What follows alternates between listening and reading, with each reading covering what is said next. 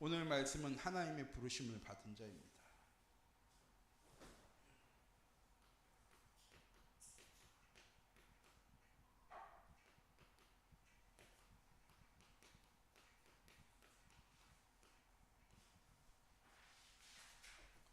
전 어렸을 때 하나님의 부르심을 받은 사람은 참 대단한 사람이라는 생각이 들었습니다. 다윗도 그렇고 모세도 그렇고 사무엘도 그렇고 12 제자와 바울도 그렇고, 하나님은 어떤 사람을 부르셨는가?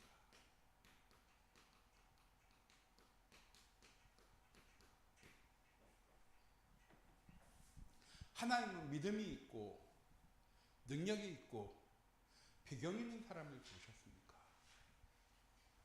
우리가 말씀을 잘 찾아보면 하나님이 부르신 사람의 선택의 기준을 좀 모르겠습니다. 우리는 기드온과 300용사라고 알고 있기 때문에 기드온이 굉장히 믿음이 좋은 사람처럼 보여지지만, 기드온은 블레셋 사람들에게 자신의 곡식이 빼앗길까봐 포도 즙재는 그곳에서요 자기의 곡식을 타작할 만큼 겁이 많은 사람이었습니다. 운니엘은 자기의 딸이 가장 먼저 나올 줄 모르고 하나님께 이렇게 얘기합니다. 하나님, 이 전쟁에서 승리하게 되어지면 가장 먼저 나를 맞이하는 사람을 하나님 번제로 드리겠습니다 라고 고백합니다. 어렸을 때는 그래 저런 믿음이 있나 했지만, 결국 사람을 번제로 드리는 것은 하나님의 뜻과 계획이 아니었거든요. 당시 이방에 우상 숭배하던 관습 중에 하나였습니다. 삼손은 어땠습니까? 하나님께서 믿음을 가지고 보시고요 그를 선택한 것이 아니었어요. 삼손은 늘 불신앙과 개인적인 육신의 욕구만을 위해서 살아온 것을 우리는 볼 수 있습니다. 하나님의 선택의 기준은 뭘까요? 하나님은 한계가 없으신 하나님이십니다. 무슨 말이냐? 못하시는 것이 없으신 하나님이십니다.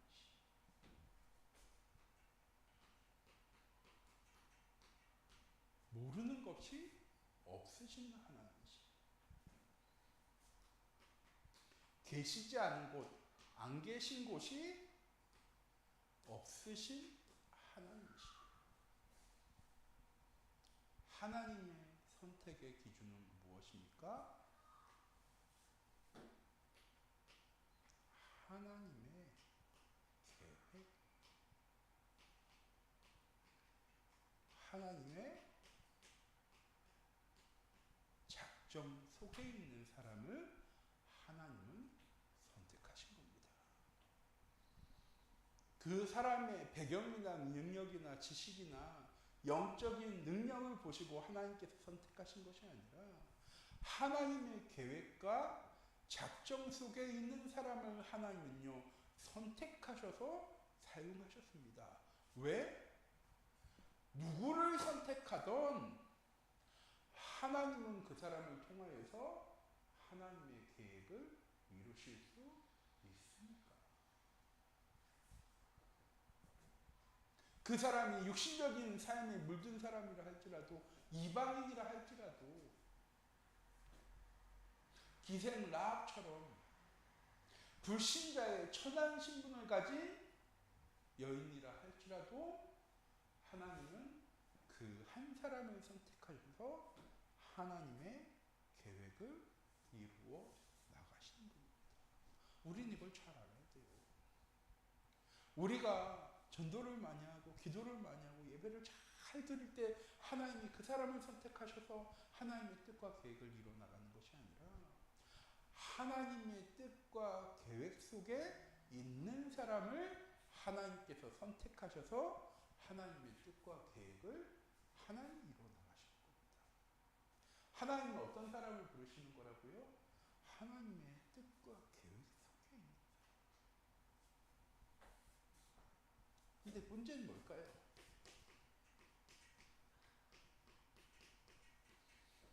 우리는 하나님의 뜻과 계획이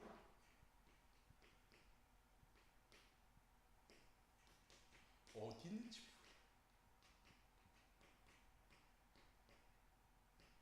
이게 제일 큰 거죠. 하나님의 뜻과 계획이 어디 있는지 알다면 우리는요, 불신앙하지 않고 살아갈 거예요. 염려하고 살아가지 않을 거예요. 걱정하지 않을 거예요. 왜? 하나님의 뜻이 저기 있구나. 내가 가야지. 하나님의 뜻이 이거 하라고 말씀하시는 거구나. 이거 해야지. 하나님이 멈춰서기 원하시는 거구나. 멈춰서고. 하나님이 왼쪽으로 가기 원하시는구나. 아, 그래, 나 왼쪽으로 가야지. 하나도 안 어렵잖아요. 그런데 하나님의 뜻과 계획이 어디에 있는지 우리가 알지를 못하기 때문에 신앙생활이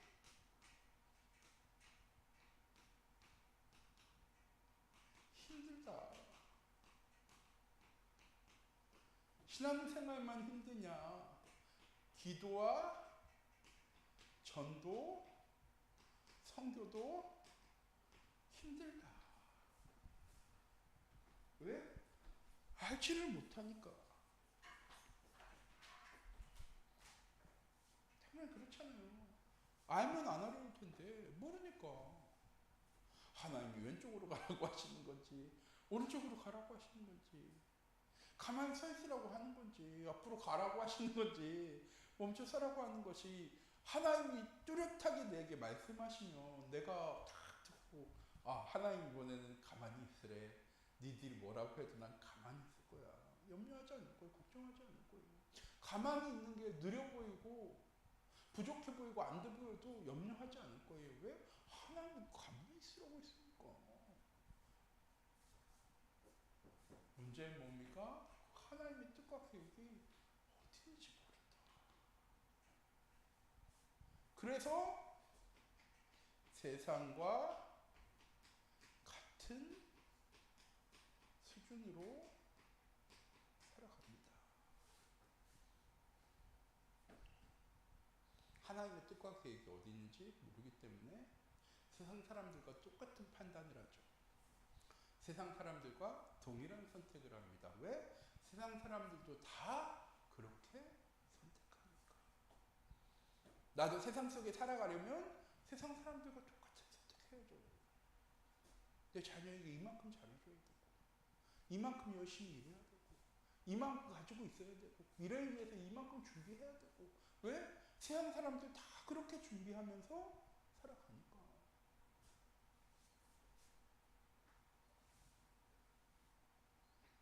오늘 이사야가 가지고 있는 문제와 동일합니다. 오늘 앞에 이사야가 어떤 상황인지는 나오지 않았잖아요. 이사야의 시대가 무엇입니까? 바벨론 포로 시대입니다. 이스라엘에 큰 재앙과 위기가 찾아왔어요. 누구 하나 이스라엘을 구원할 사람이 없습니다. 왜? 하나님의 구원의 여망마저 이미 사라진 거였습니다. 그리고 하필 이 복음을 주는 이사야는 그때 어린아이와 같았습니다. 예레미야서에 나와서도 예레미야도 똑같은 말을 하죠. 하나님께서 예레미야에게 내가 너를 통하여 한 나라를 세우기도 하고 한 나라를 멸망시키기도 할 거야. 이스라엘을 재건시켜 나갈 거야. 예레미야의 말. 하나님, 전 아직 어린 아이입니다. 오늘 말씀에 이사야는 뭐라고 얘기합니까? 하나님, 내 입술은 범죄했고 나는 하나님께 범죄한 사람인데 내가 하나님을 만나니까 이제 난 죽게 되나요?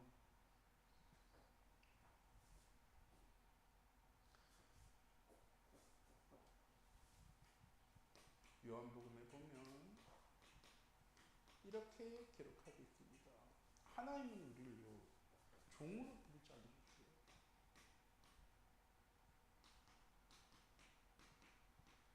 왜 종으로 부르지 않느냐? 종은 주인이 시키는 대로만 하기 때문에 주인이 왜 그렇게 행동해야 되는지 말해주지 않는데요. 그쵸? 야, 오늘 가서 돌 주워와. 주인이 왜 돌을 주워야 됩니까? 라고 이야기할 필요가 없어요. 아, 주인님이 돌을 주워오라고 하시는구나. 그냥 돌을 주워오면 돼요. 하나님이 우리를 그렇게 종으로 부르지 않았대요. 하나님의 뜻과 계획이 무엇인지 알지도 못하고 뭔지도 모르는데 하나님이 이거 하래 그러면 하고 하나님 이거 하지 말래 그러면 안 하고 그런 하나님 우리를요 종의 모습으로 부르지 않으셨대요. 하나님 우리를요 친구로 부르셨대요. 왜? 하나님이 하시는 모든 일을 먼저 알게 하시려고 하나님 우리를 친구로 부르셨대요. 무슨 말이냐? 하나님은 하나님의 뜻과 계획을 이루시기 이전에 하나님의 뜻과 계획을 친구된 우리에게 알려주시는 하나님이시래요. 비밀히 조용히 일하시는 하나님이 아니라 하나님의 뜻이 무엇인지 계획이 무엇인지를요 우리에게 다 알려주신대요.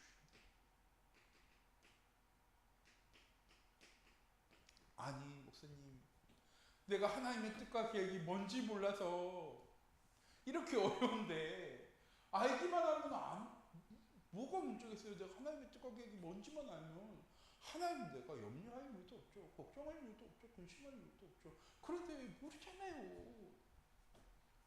그런데 목사님 뭐라고 얘기하냐? 하나님은 다 알려주셨대. 나는 모르겠는데 하나님은 다 알려주셨대. 이게 신앙생활의 가장 아이러니한 문제거든.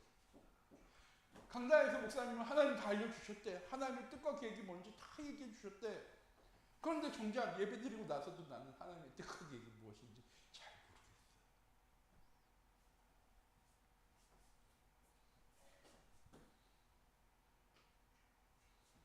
하나님의 뜻은 말씀 안에 있고요. 하나님의 계획은 예수 그리스도를 통해서 다 이루셨습니다. 무슨 말이냐? 예수 그리스도를 통해서 하나님께서 우리 인생의 모든 문제를 다 해결하셨습니다. 어떻게? 우리와 함께 하심으로. 그래서 그 문제는 과거의 문제만 해결하시는 게 아니에요. 왜? 그 예수님은 지금도 살아서 주의 성령으로 우리와 함께 하시고 우리의 미래까지도 다 계획하시고 계획하신 그대로 성취해 나가시는 하나님이시기 때문에 그래서 예수가 그리스도 되시고 그리스도가 우리의 인생의 모든 문제 해결자 되시는 거예요. 십자가에서 다 끝냈다가 아니라 십자가에서 우리의 모든 죄의 문제를 창세기 3장으로부터 시작되어진 우리의 모든 원죄의 문제를 다 깨끗하게 해결하신 그 그리스도께서 지금도 우리와 함께 하시며 우리의 부르짖음에 우리의 간구에 응답하신대요. 그리고 주의 성령으로 우리와 함께 하시며 우리의 모든 길을요 하나님께서 인도해 나가신대요. 그래서 문제와 어려움 생겼을 때 우리 뭐 하면 되는 거예요? 하나님께 부르짖으면 되는 거예요. 하나님은 저 천국에 계신 하나님이 아니라 지금도 내 마음 가운데 영혼 가운데 나와 함께 하시는 하나님이시래요. 그냥 내 안에 계신 하나님이 아니라 내가 가는 모든 곳이 하나님 아니래요. 내가 어디에 가도 나는 하나님께 부르짖을 수 있는 위치에 있는 거예요. 그런데 우리는 부르짖을까요? 안 부르짖을까요? 염려는 하는데 걱정은 하는데 근심은 하는데 하나님께 부르짖죠. 안 부르짖습니까? 부르짖죠. 근데 어떻게 부르짖습니까? 한 번은 한 권사님 저한테 그렇게 얘기하신 거예요. 목사님 우리 아들을 위해서 기도해 주세요. 그래서 제가 권사님한테 말씀드렸어요. 권사님 당연히 저는 기도하죠. 근데 권사님 기도 안 하시나 봐요. 그랬더니 권사님이 기도를 하시면서 내 아들인데 내가 기도를 안 하겠냐고. 그리고 권사님한테 말씀드렸어요. 그럼 하나님 응답해 주실 거잖아요. 권사님 기도했는데 왜 믿지를 않으세요? 제 말씀을 권사님 직접 말씀드렸어요. 권사님 기도했으면 하나님께서 분명히 응답해 주실 거니까 염려할 필요 없잖아요. 걱정할 필요 없잖아요. 권사님이 저에게 자녀를 위해서 기도해 주시는 건 오케이.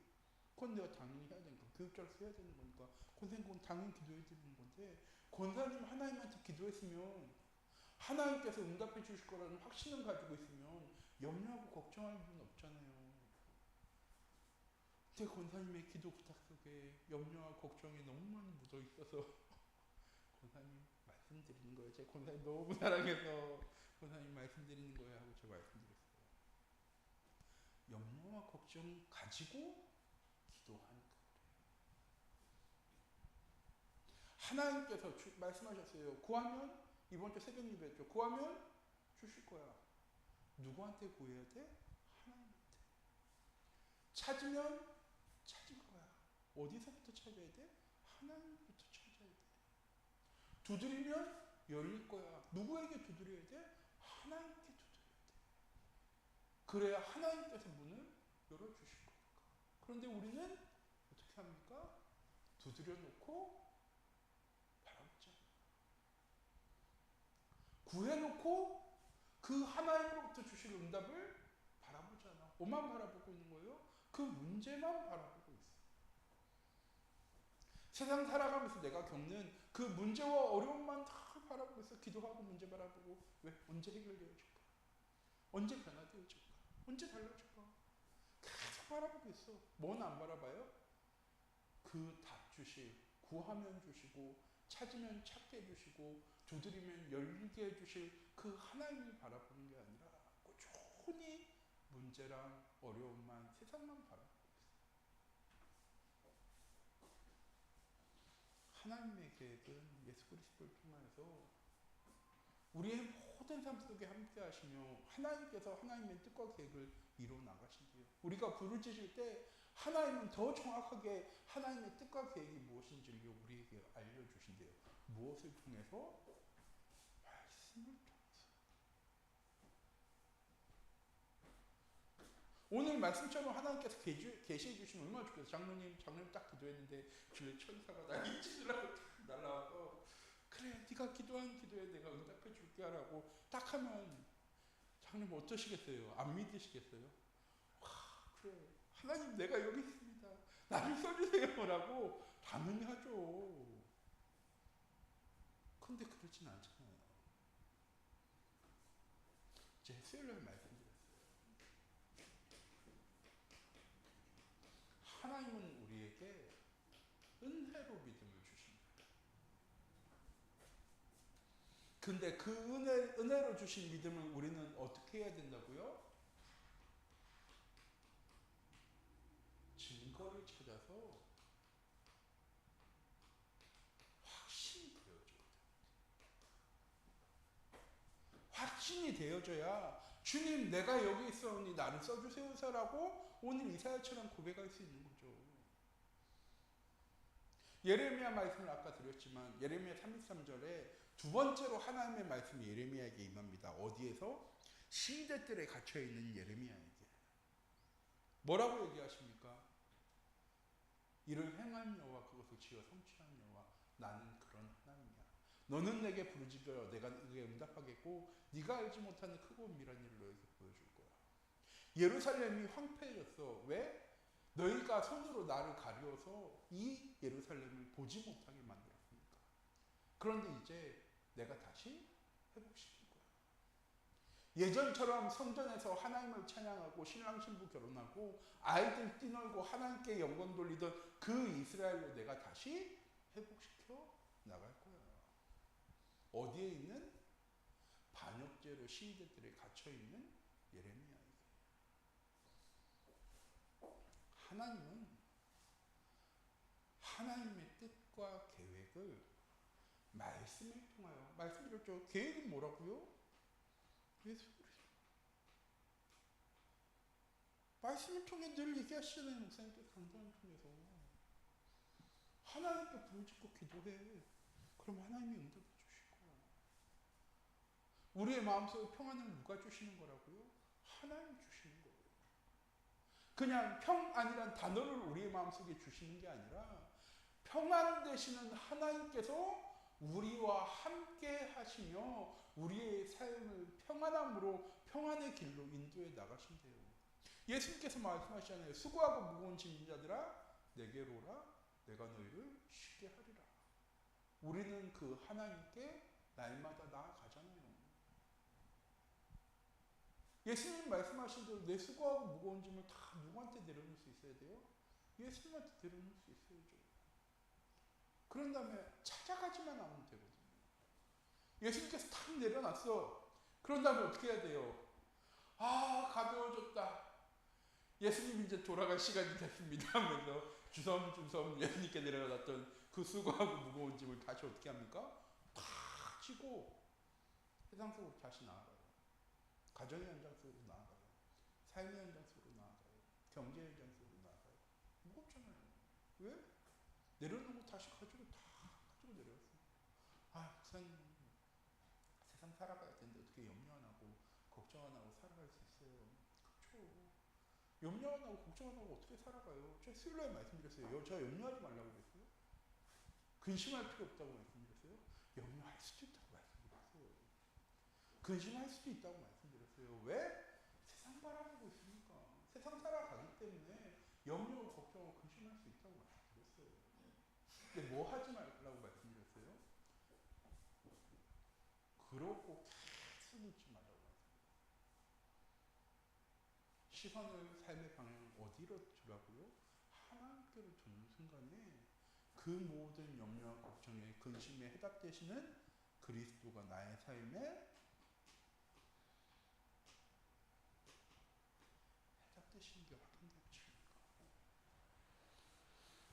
믿음은 하나님의 은혜로 주신 것이고 증거로 우리에게 주신 거라고 말씀드렸습니다. 오늘 말씀은 하나님의 부름받은 자예요.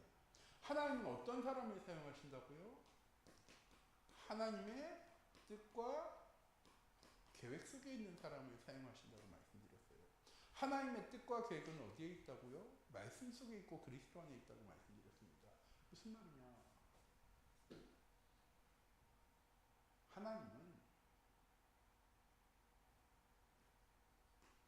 하나님을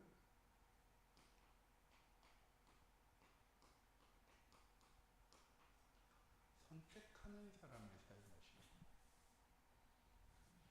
하나님이 선택한 사람이 아니라 하나님이 선택하셨을 때 그 하나님을 선택한 사람을 사용하시는 거예요. 하나님은 우리에게 주신 자유의지거든요. 우리의 의지로 하나님을 선택할 수 있는 거예요. 하나님께서요, 전적인 은혜로 우리를 선택하셨어요. 구원받은 자녀로 하나님의 백성으로 하나님 선택하셨어요. 그런데 우리가 그 하나님을 선택하지 못하는 사람. 어렵죠. 어려운 말이긴 해요. 쉽게 말씀드리면 지난 한 주간 나는 말씀대로 살아가는 삶을 살아가는 한 주간이셨으니까 내 뜻과 계획을 가지고 내 생각에 머물며 살아가는 삶을 살아가는 한 주간이었습니다. 하나님 그런 나를 선택하셨다니까요. 내가 신앙적으로 굉장히 남들 보기에도 우리 장로님, 우리 집사님 너무 신앙생활 잘하셔. 너무 멋졌어. 그래, 신앙생활하면 저렇게 해야지라는 모습으로 살아가는 게 아니라 세상 사람들과 똑같은 생각을, 염려를, 걱정을, 근심을 가지며 그 무거운 짐을 지고 걸어가는 삶을 살아가는 것 같아 보이는 나를 하나님 선택하셨다고요. 그런데 우리가 그 하나님의 선택에 예스라고 대답을 못하는 거죠. 뭐라고 대답해요? 조금만. 이게 좀 나아지고 내 좀 신앙이 성숙해지고 남들 보기에 본이 되어지고 남들 보기에 아 그래 우리 장로님 아들사람은 참 신앙생활 잘하는 진짜 신앙생활이 하는 사람이야 라는 모습을 다 하나님 갖추고 나서 내가 하나님 내가 이제 그리스도의 복음을 증거하는 전도자로서 행복했습니다 라고 하기를요 우리는 원하잖아요. 근데 하나님은 뭐라고 얘기하시나? 저희 천수가 452장을 진짜 죽어라 부르고 있습니다. 거의 지금 한 넉 달째 오전 예배 전에 부르는 찬양이 452장이에요. 제가 그 찬양을 항상 부르면서 옛날에 370장 정말 많이 부르는데 요새 452장을 정말 열심히 부르고 있습니다.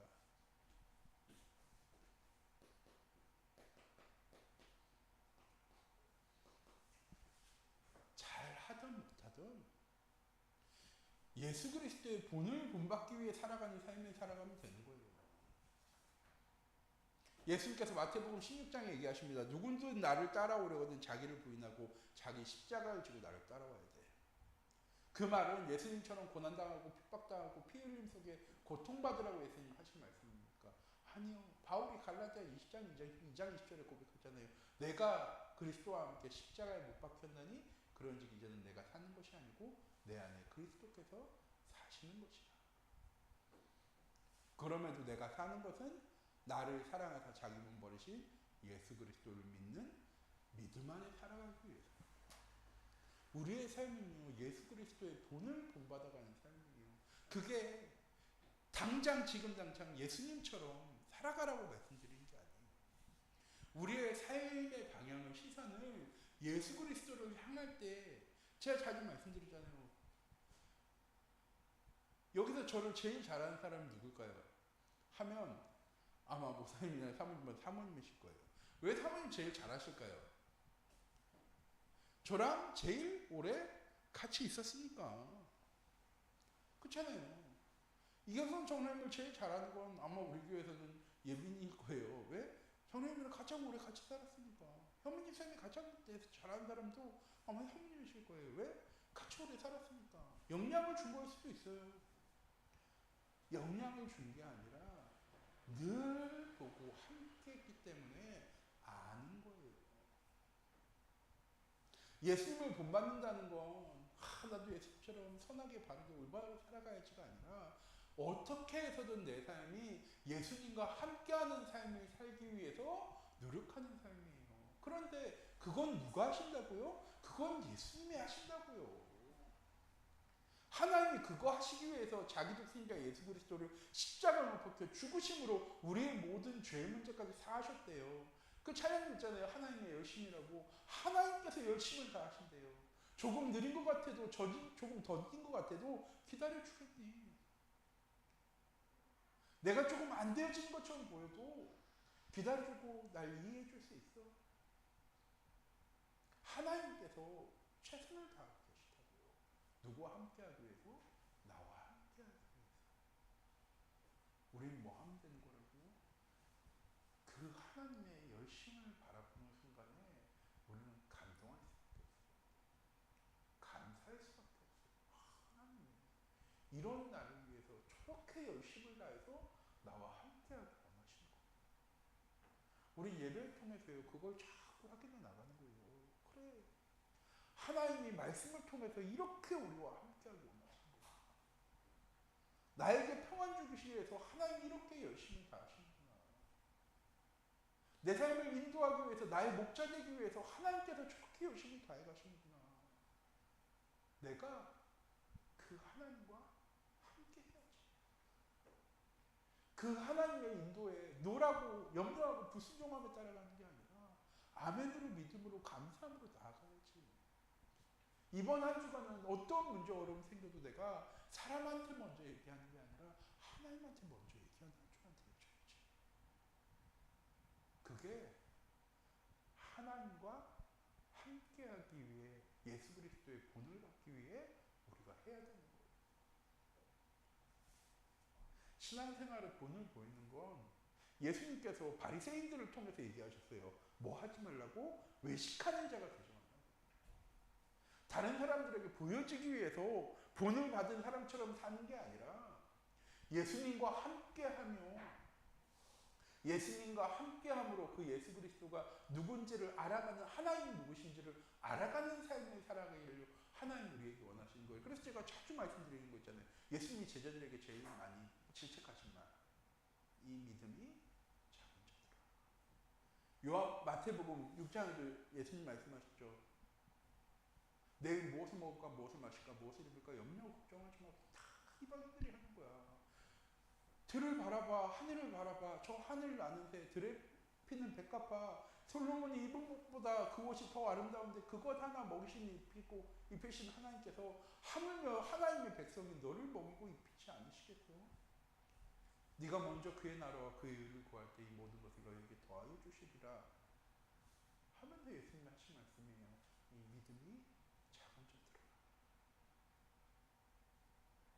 왜 하나님은 나와 함께 하시는데 난 하나님과 함께 하지 못할까? 하나님 잘못일까요? 하나님 좀 더 열심히 노력하셔야죠. 적어도 나랑 같이 함께 하시려면 하나님 진짜 열심히 노력하셔야죠. 하나님 그렇게 진짜 열심히 노력하신다니까요.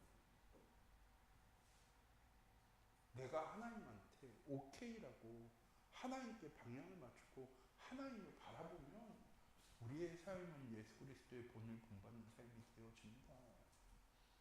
그 하나님 나를 위해 얼마나 노력하고 계신가 알게 되어지면 감사하고 감사하게 되어져요. 오늘 이사야가 얘기한 것처럼 주님 내가 여기 있사오니 나를 써주셨어라고요. 당연히 내 입술을 통해 고백하게 되어져요. 그거는 정말 전도에 대한 선교에 대한 뜨거운 열정을 가진 사람에게 하나님 하신 말씀이 아니에요.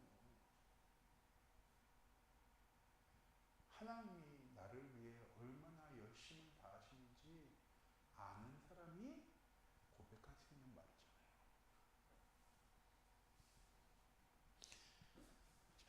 참교회 모든 성도님들, 하나님은 지금도 기다리십니다.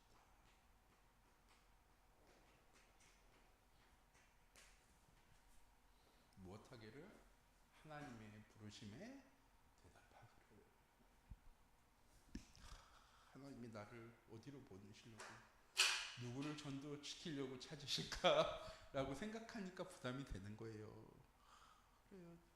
나를 또 어디다 쓰시려고 저렇게 찾으시나. 나한테 또 뭐 필요로 하신 게 있으신가. 내가 또 뭐 해야 되는 게 있는 건가. 하나님은 못하시는 게 없다니까요. 모르시는 게 없으세요. 안 계신 것도 없고 없으신 것도 없으신 하나님. 나한테 이 중에 뭐 하나라도 필요해서 부르신다고 하면은 우리가 염려하고 걱정한 게 맞아요. 또 나한테 뭘 원하셔? 내가 또 뭘 해야 돼서 하나님 나를 이렇게 찾으실까라고 얘기할 수 있지만 하나님 이 중에 어느 것 하나 모자라신 하나님이 아니세요. 왜 찾으시는 거라고요?